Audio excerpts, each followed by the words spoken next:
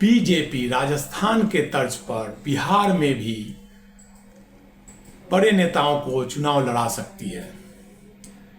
जिन बड़े नेताओं को चुनावी अखाड़े में उतारा जा सकता है उसमें सतीश चंद्र दुबे, सुशील सिंह, रामकृपाल यादव, अश्वनी चौबे, संजय पासवान, नित्यानंद राय, शाहनवाज हुसैन, सम्राट चौधरी और मंगल पांडे, जनक राम, हरि साहनी शामिल हैं। बड़े चेहरे को चुनावी अखाड़े में उतारने से वोटर आकर्षित होते हैं। साथ ही जिन क्षेत्रों में एंटी इनकम्बेंसी फैक्टर है वहाँ एंटी इनकम्बेंसी फैक्टर दूर होने की संभावना होती है।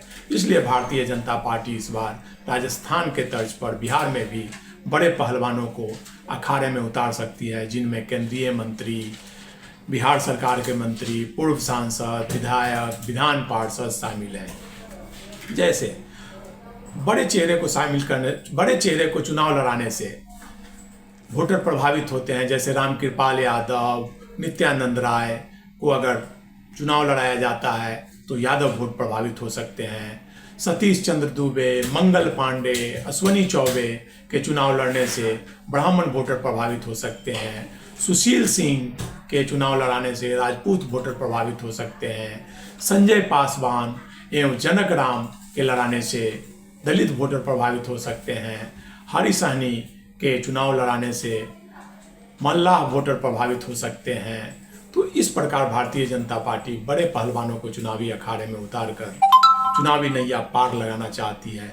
इन पहलवानों को उन क्षेत्रों में उतारा जा सकता है जहां भारतीय जनता पार्टी कमजोर है, वहां चुनाव जीतने की संभावना नहीं है। देखिए, बिहार विधानसभा के इस बार के चुनाव में बीजेपी अपनी हार निश्चित देखकर घबराई हुई है।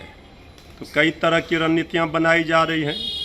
कहा जा रहा है, जो खबर आ रही है कि राजस्थान में मध्य प्रदेश की तर्ज पर बीजेपी यहाँ भी जो केंद्र में मंत्री हैं, जो सांसद हैं, उसको चुनाव लड़ाने के लिए भेज सकती है बिहार में।